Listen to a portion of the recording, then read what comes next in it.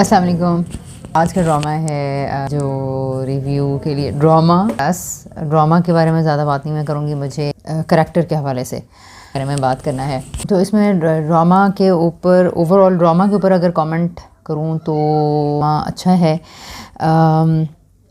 अपनी सिस्टर का इसमें कमेंट ऐड करती हूँ कि इसमें छोटी छोटी डिटेल्स बहुत ज़्यादा हैं, देखने में मज़ा आया, डिटेलिंग अच्छी है। हाँ, मेरा भी ख्याल है कि खाने पीने के सीन्स, महंगाई के और आज पकाना क्या डिटेल्स थी, छोटे छोटे सीन्स इन्होंने इसलिए दिखाया और ये दिखाने मेरा ख्याल है चाहिए। रियल लाइफ तो कहीं आती ही नहीं, इतने बड़े बड़े महलों में ड्रामा शूट हो रहे हैं ऑलरेडी और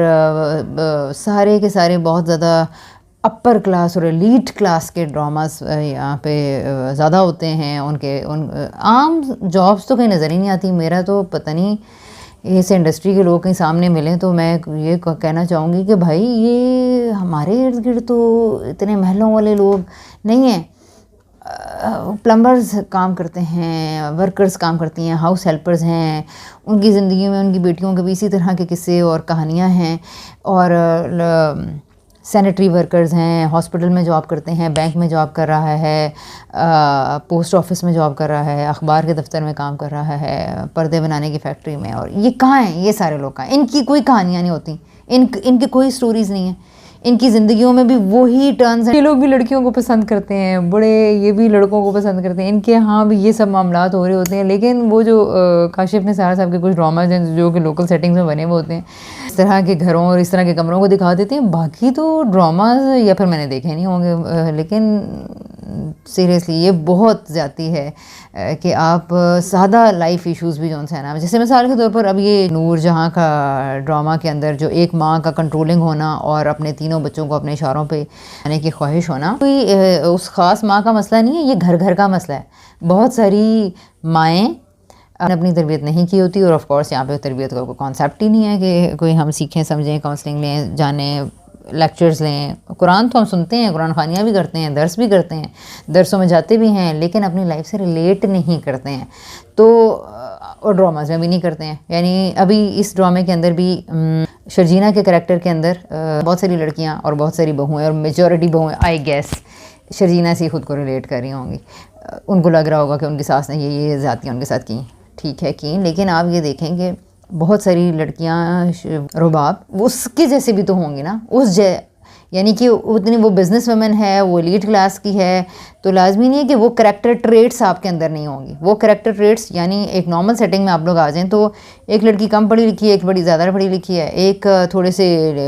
लोगों के इस ड्रामा की सेटिंग के अंदर एक लड़की छोटे घर की है या एक बड़े घर की है। और अगर अपनी रियल लाइफ में आ जाए तो ऐसे कहना चाहिए कि एक लड़की के माँ बाप का थोड़ा जो वो है घर और स्टाइल और इनकम वो थोड़ा बेहतर है और दूसरी का थोड़ा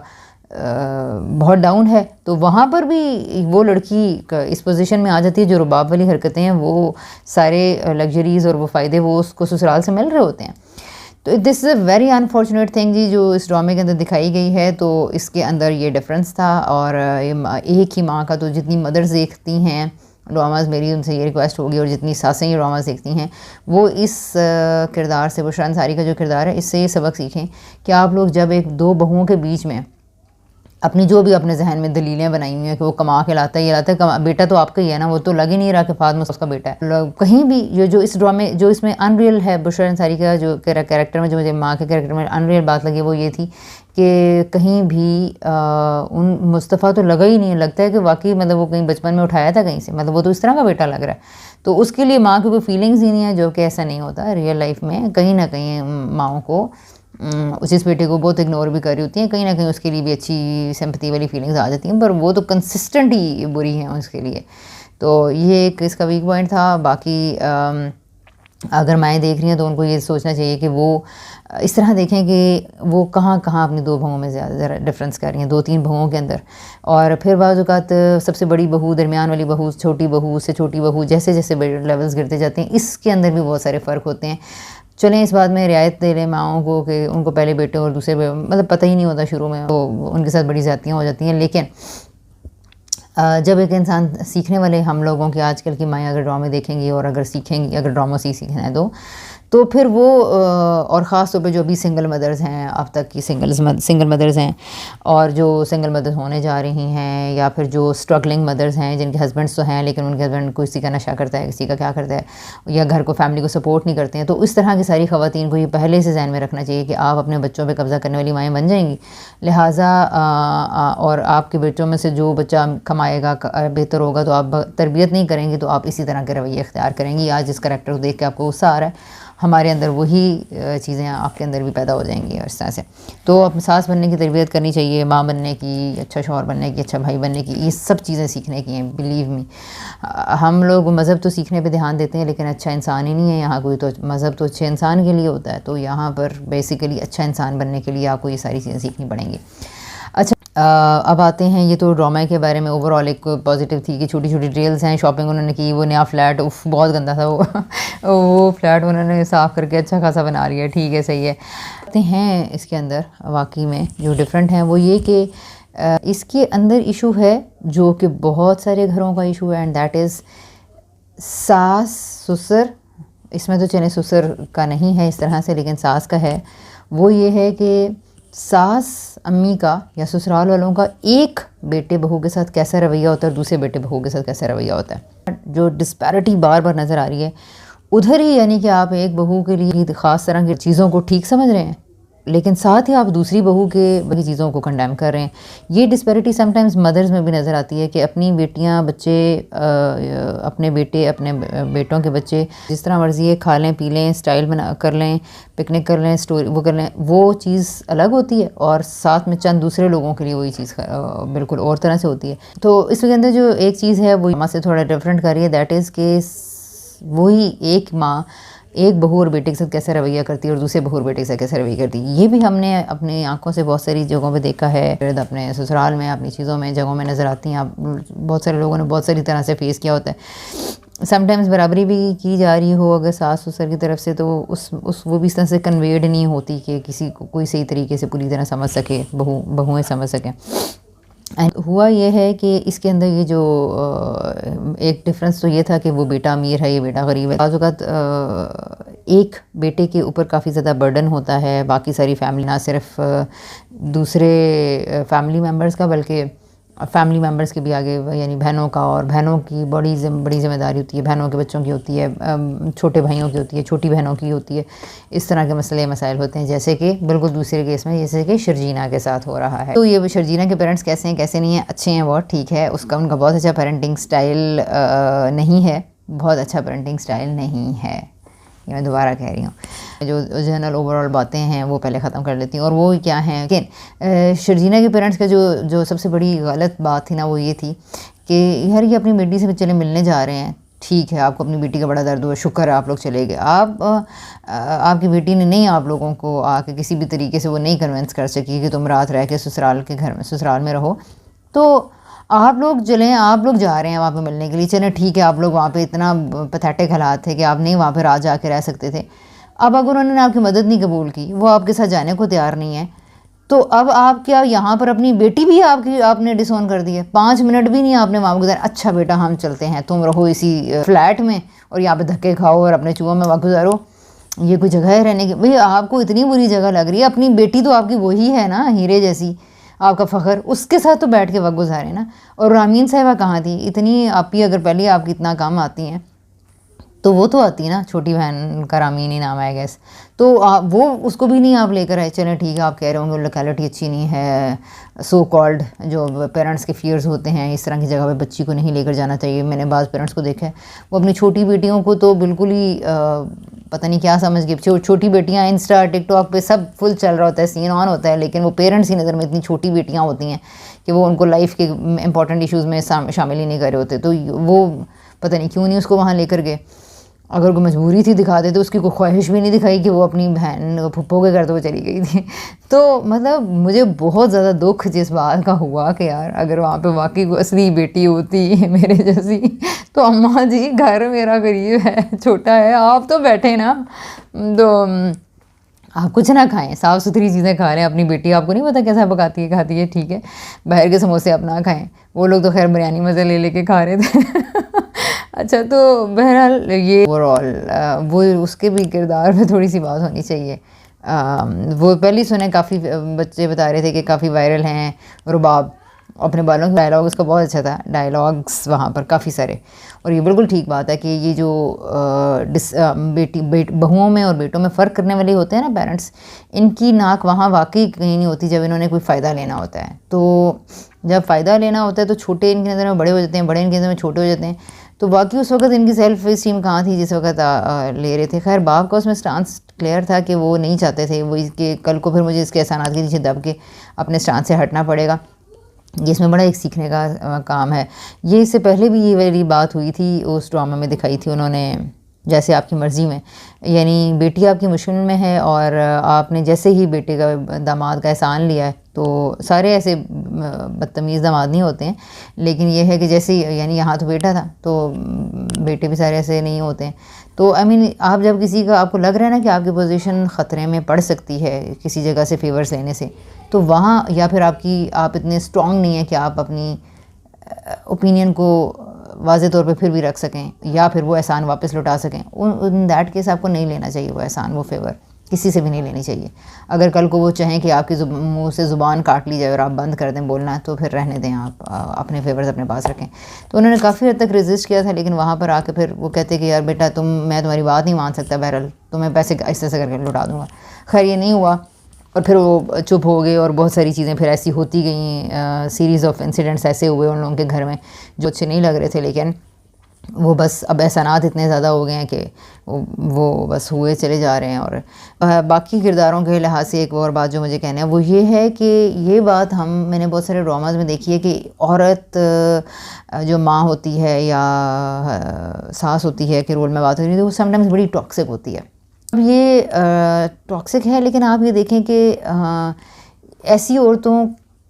की भी एक हिस्ट्री होती है, और वो हिस्ट्री ये होती है कि इनके हस्बैंड्स ने अपनी ज़िंदगी में इनको तो ठीक से घास नहीं डाला होता, इनकी बड़ी स्ट्रगलिंग लाइफ होती है, हस्बैंड ने कभी बात नहीं सुनी होती,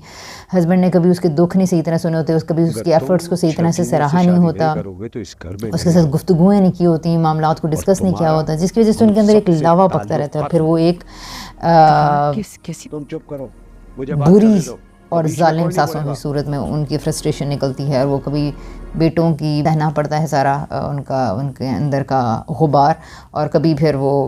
हो रहा है उसी को ही। तो इस तरह, और फिर वहाँ पर ससुर समटाइम्स सारे ससुरों की तारीफ़ कर रहे हैं, ससुर तो फिर भी ठीक है पर सस बहुत पैड़ी है भाई, मतलब सस क्यों इतनी पैड़ी बनी है, बिकॉज ऑफ दैट मैन। क्योंकि इन्होंने ये यहाँ तो जावेद शेख साहब अभी तो अच्छे हैं, लेकिन आप ये देखें कि जावेद शेख ने जहाँ पर अपनी बीवी से थोड़ी सी बात की कि तुम्हें क्या लगता है कि मैंने अपने बेटे को कभी याद आता है, जब हल्का से उसने अपनी फीलिंग्स शेयर की हैं उसके साथ, तो कहती अच्छा बस ठीक है आप आराम कर लेना, अब आप सो जाएं, ठीक है। ये देखें, ये उस राइटर ने इंटेंशनली लिखा, सोच के लिखा, तो भी बड़ी अच्छी बात है। लेकिन ये बात कि जैसे ही आप मुख्तलिफ ड्रामों के अंदर ये बात देखेंगे, यह माना आपने बड़ा प्रिंसिपल स्टांस लिया था, अच्छी बात की, लेकिन अपनी बीवी को वाकई ये ड्रामे में ऐसे है, ड्रामा ठीक है, ड्रामा को एक साइड पे रखें, मैं तो सिर्फ ये एनालिसिस कर रही हूँ कि इस ड्रामे से हम सीख कैसे सकते हैं, यानी कि मैं इसके ऊपर बात कर रही हूँ। ड्रामे में तब्दीलियाँ करने को, ड्रामे में ऐसा होना चाहिए था, नहीं ड्रामे में ऐसा कैसे होना चाहिए था भाई, ड्रामा तो ट्रांजिशन से गुजरते हैं किरदार, और वो एक कहानी होती है, उसमें मुख्तलिफ चीज़ें होती हैं, अच्छे करैक्टर्स होते हैं, बुरे करैक्टर्स होते हैं, ग्रे एरियाज़ बहुत ज़्यादा होते हैं, जो कि होने चाहिए, बिल्कुल होने चाहिए। बात यह है कि हम इस तरह की स्टोरीज़ होने से इनको रोका कैसे जा सकता है, ऐसे किरदार, मैं ये बात कहना चाह रही हूँ एक्चुअली, ठीक है। मैं ड्रामे के ऊपर तनकीद वो चीज़ और तारीफ़ नहीं कर रही हूँ, मैं ये कह रही हूँ कि जब इस तरह का किरदार नज़र आए तो आप कैसे सीख सकते हैं। आप ऐसे सीखें कि आप सिर्फ एक बंदे को बुरा भला हम कहते हैं, जब हमने भी कहा उसको, उसकी सास को अच्छा खासा बुरा कहा, ठीक है, लेकिन फिर आहिस्ता आहिस्ता मुझे ये रियलाइज़ हुआ, और मैंने चूँकि और भी बहुत सारे ड्रामों में ये देखा कि सास को तो हम दिल खोल के बैश कर रहे होते हैं, और जो बड़ी बुरी होती है, बदतमीज़ होती है सास, जैसे कि नूरो मामा फॉर एग्ज़ाम्पल को बहुत हमने उनकी बुराई की, ठीक है, लेकिन उसका भी दर्द था जो कि उन्होंने आखिर में थोड़ा सा दिखाया। लेकिन साथ ही साथ हमें देखने वालों को कम से कम ये बात सीखनी चाहिए कि आखिर एक इंसान इतना बुरा कैसे हो जाता है। जब आपकी लर्निंग अप्रोच बनेगी तो आप इन किरदारों से बहुत सीखने वाले बन जाएंगे। तो एक बुरी औरत, एक बुरी किरदार जब आप देखें तो उसके पीछे देखेंगे ये वजह होती है कि उसको वैलिडेशन नहीं मिली हुई होती, उसको सुना गया भी नहीं होता, वो बहुत अनहर्ट फील करता है और वो बहुत सारी चीज़ों में उसको अप्रिसिएशन नहीं मिली होती, उसकी एफर्ट्स का रिगार्ड नहीं किया हुआ होता, इसलिए वो एक दुखी, मजबूर और फिर एक जालिम आदमी बन जाता है या औरत बन जाती है। ठीक है, कि जैसे ही हल्का सा जब बुरी औरतों का हस्बैंड उनके, फॉर एग्ज़ाम्पल मुझे एक ड्रामा याद आ रहा है, रांझा रांझा कर दी के अंदर आप देखेंगे उसकी भाभी बड़ी बुरी थी। ठीक है, वो मुसलसल कहती रहती थी कि ये अपनी भाभी जान कहीं करते रहते हैं, भाभी जान कहीं करते रहते हैं और ये वो। ठीक है, अब वो उस औरत का भी दर्द सर क्या था, वो उसको उस औरत को सब ने बुरा कहा। ठीक है, ऑल्दो उसकी आखिरी इसमें बड़ा उसका अच्छी सा टॉक थी खातून की, सॉरी हस्बैंड से, नॉट उसके बारे में। तो वो एक राजा राजा कर दी, एक मशहूर ड्रामा, आप लोगों ने देखा हुआ होगा बहुत सारे लोगों ने। तो लेकिन उसके अंदर हमने उस भाभी, उस औरत, उसकी देवरानी को तो मुसलसल बुरा कहते रहे ना।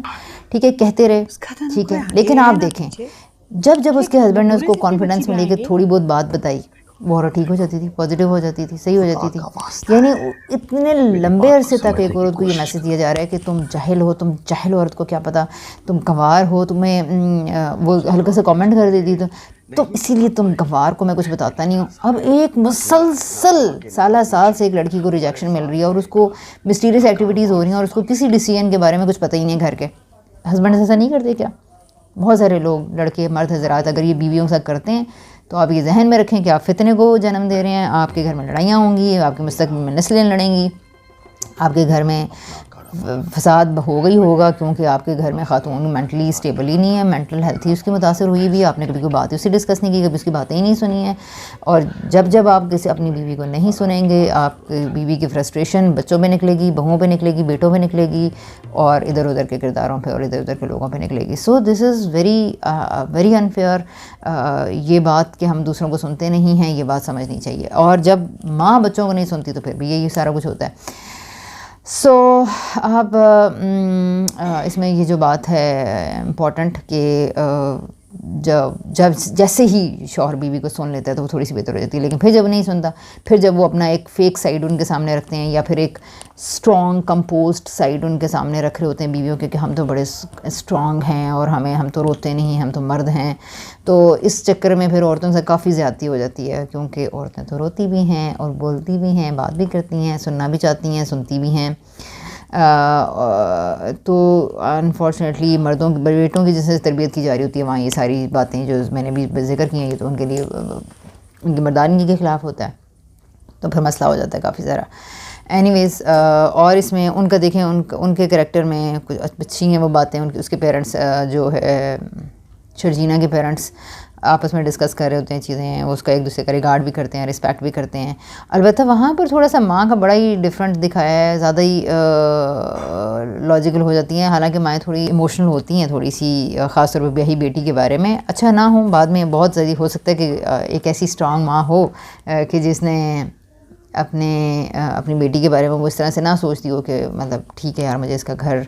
के बारे में इस तरह की, ठीक है जो मेरी बेटी स्ट्रगल कर रही है। लेकिन ऐसा होता है कि पहले उनके ऐसा नहीं होता कि दिल में दुख ही नहीं आता, वो नहीं दिखाया इन्होंने। और बस ये दिखा दिया कि बड़ा परफेक्टली उन्होंने वो ये हुआ है, हमें शर्जीना के घर के बारे में सोचें, आप ऐसे करें। सो ये थोड़ा सा पॉइंट था यहाँ पर, क्योंकि मैंने अभी तक कोई नोट्स नहीं ली और नोट्स के बगैर बिल्कुल रैंडम जो मेरे जहन में आ रहा है मैं वो बातें कर रही हूँ। तो इस ड्रामे के अंदर ये नहीं है कि सास का रवैया बहू के साथ बुरा था। मेरे बच्चे साथ ड्रामा देख रहे थे तो ये कह रहे थे ये कब मरेगी इनकी सास।